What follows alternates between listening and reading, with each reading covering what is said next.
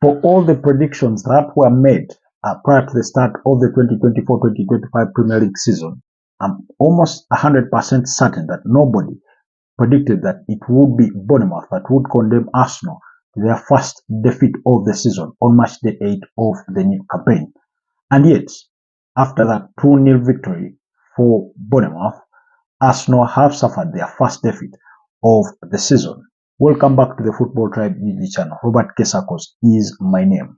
So, Arsenal condemned to their first defeat of the season in quite a calamitous way.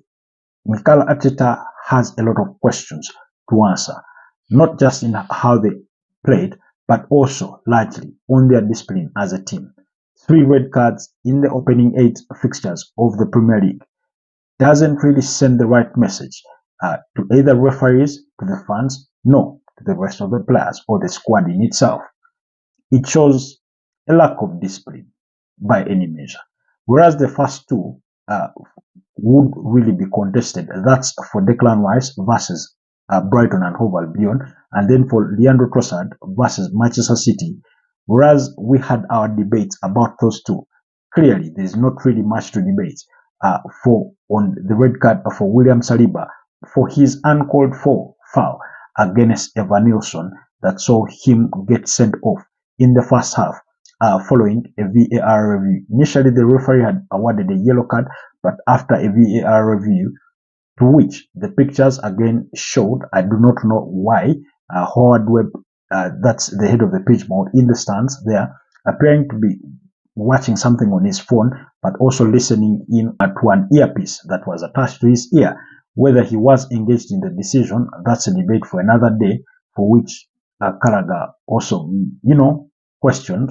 Never mind that he has since deleted that tweet as far as I'm concerned. But anyways, so William Saliba takes down Evan Nilsson. At the time, William Saliba was just to be the last man or the last line of defense for the Arsenal, and then he brings Evan Nilsson down, which is judged to be a red card, and then he's sent off and Arsenal down to 10 men for the 3rd time in a season.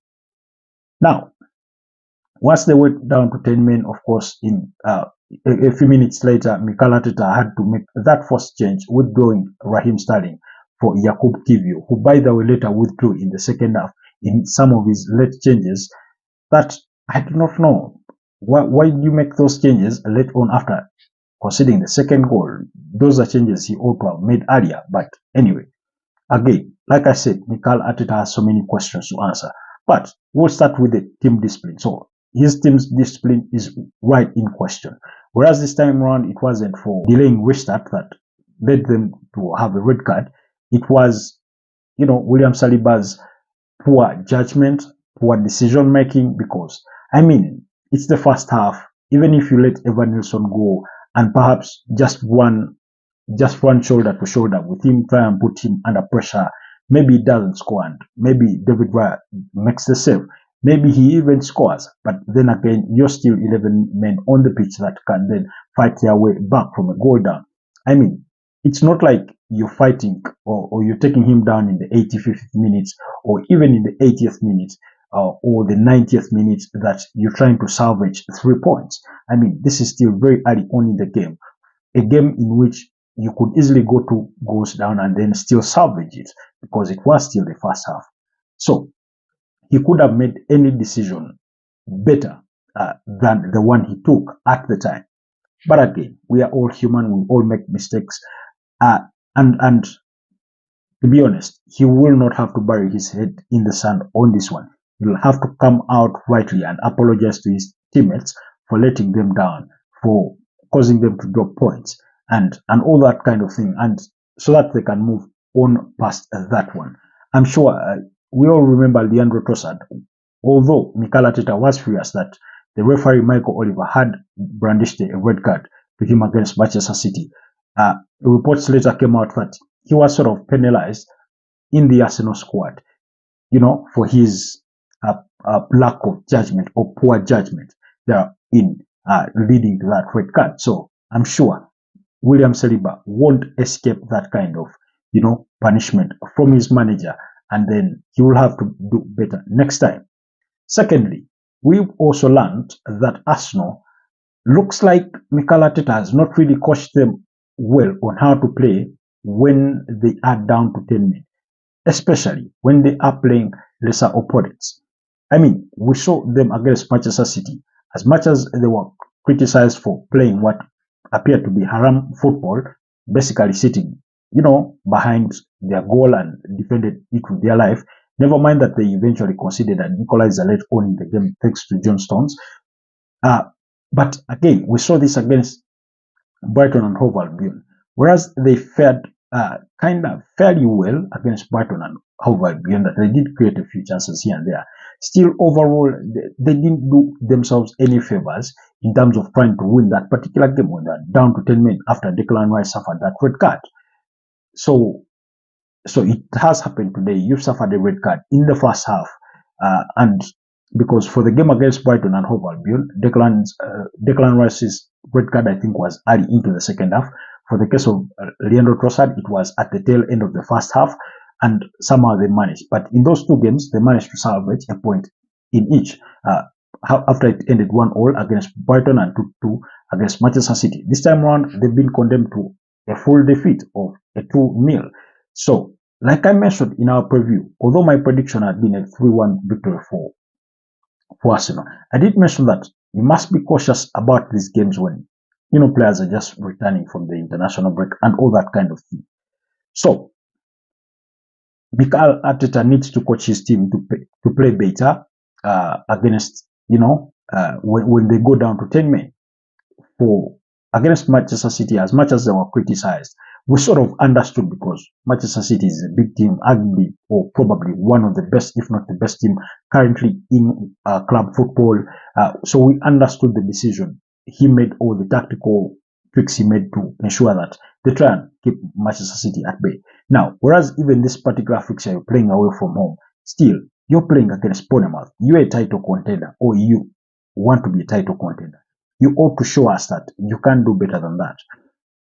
Oftentimes, I thought they could have passed that ball a little more to try and, suffocate Bournemouth into sort of conceding spaces by just passing that ball, and then try to hold on to the ball as much as they can, and then maybe wait to pounce on a moment, maybe a counter-attack, maybe get a set piece and leverage on that. Never mind that all the set pieces, by the way, they got through the corners, the free kicks. That ball that was delivered wasn't really good. In the absence of Bukayo Saka, the team lacked that perfect ball delivered in the box. They lacked the cutting edge on the right wing. And of course, Leandro Trossard had started this game in the wake of Martinelli's injury concerns, who was later brought on, but still didn't offer much of a solution to this Arsenal side. So Mikel Arteta ought to coach his team better, or on how to play better once they go down to 10 men. So we need to see more on that. So once they went down to 10 men, they didn't really create much. Bournemouth really managed to suffocate Kai Havertz. Every time he got on that ball, it either ended with the ball out or in some form of foul against him. So he looked a frustrated man overall. He thought some decisions, or most of the decisions, went against him, especially in the physical duels. But it was what it was, because at the end of the day, Arsenal didn't really create many chances. They didn't trouble Kepa Arrizabalaga that much. Their final ball wasn't good. And then the team selection in the first place. You're playing Bournemouth away from home, yes. But why are you playing three conservative midfielders in this kind of game? You're playing Mikel Moreno, who we all know is not the most creative player there is out there. Yes, we are yet to see enough of him to make judgment, but we all know he isn't that. Declan Rice and then Thomas Partey. Really, these are three conservative midfielders that you're starting against Bournemouth. Now, you have a young player in Ethan Nwaneri who seemingly looks better creatively than any of those three. So why not give him the chance to be your creative, player in that mold, or in that midfield, especially when you're missing Bukayo Saka on the pitch, you're missing your captain Martin Odegaard. It sort of felt a bit off in that team selection. So things appeared to have gone wrong right from the onset. You thought, Leandro Trossard kind of struggled to get his foot in the game really, until he was replaced with Gabriel Martinelli and that kind of thing. So the game really never kicked off for most of these Arsenal players after they had gone down to 10 men. And then, of course, it was Ryan Christie who scored to, break the deadlock. Again, Arsenal defended poorly. They didn't defend that set piece well. It was sort of a short corner kick that was played into the player. And then it was Justin Kluivert, who by the way came off the bench into this game, who provided the assist for Ryan Christie, who set him up to, smash that ball into the back of the net. And then for the second goal, 𝐂𝐏𝐿, again, another moment of lapse in defending. He tries to pass the ball back to David Raya. It's a blind pass. Evanilson runs onto it. David Raya comes out to try and salvage the moment, and then he ends up fouling Evanilson, and it's a penalty.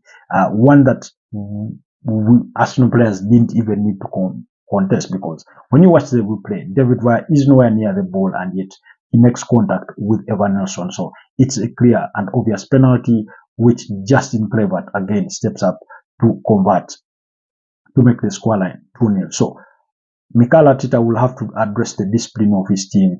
Yes, we're all human. We do make mistakes. We all make bad calls all the time. And today was one of those days for William Saliba. But again, for a player of his caliber, he will only have himself to blame, knowing that he let his team down. And then for the rest of probably 𝐂𝐏𝐿 will also, be punching himself in the face for that particular moment. Because overall, he had fared well ever since coming on, but until that moment. So Arsenal were the orchestrators of their own downfall as they suffered their first defeat of the new Premier League campaign. So it is an indictment on Mikel Arteta as much as it is on his players for the decisions they made while on the pitch, but also for Mikel Arteta for the decisions he took for that starting lineup. It looked really so conservative in that midfield on the day that they knew they didn't have Martin Odegaard, on the day they knew that they didn't have Bukayo Saka on the pitch. Gabriel Jesus, he came on, and once again, he was trying to do a little too much. In some moment, you thought he could have played the 1-2 maybe with another player, but he really wanted to take on the mantle by himself, which did bear fruit again. So I understand his short on confidence because his form is still far from his sights. He's not scoring, he's not assisting. Of course, he's not starting games more frequently as had been the case when he had just arrived at Arsenal back in the 2022-2023 season. So, and all that kind of thing. But Mikel Arteta has a lot to correct in terms of discipline, in terms of how they apply themselves when they go down to 10 men, especially very early on into games, in the first half or early into the second half, and that kind of thing. So you have a William Saliba, on suspension now for the next 3 games in the Premier League, for which you play Liverpool first, Newcastle, and then Chelsea. But I think he will be available for the Chelsea game because he will have served his ban in that fixture against Preston North End, because they do visit Preston North End in the Carabao Cup. Yeah, so he will be back for that fixture. I do believe he may start for their fixture against Shakhtar Donetsk, but again, it's a bit of a hard one for Mikel Arteta. Do you start William Saliba, or do you try to find your next best partnership that can feature against Liverpool and test it out in this Shakhtar Donetsk game? Or you already have that figured it out. In the absence of Jurriën Timber, again, Ben White was just returning from injury, but I thought he did fare well. So is it going to be Gabriel Magalhaes alongside Ben White, and then you have maybe Thomas Partey playing at right back and Calafiori on the other side, or you tweak things and bring Calafiori to play at right back and then have 𝐂𝐏𝐿 on the other side? Whatever decision he does make in the midweek in their fixture against Shakhtar Donetsk, we will wait to see. But as far as today goes, he and his players will only have themselves to blame for dropping points on a day that their rivals were winning. Tottenham were winning, Manchester United were winning, you do think that Manchester City could overcome Wolverhampton Wanderers again on Sunday, and while Liverpool and Chelsea remains yet to be decided.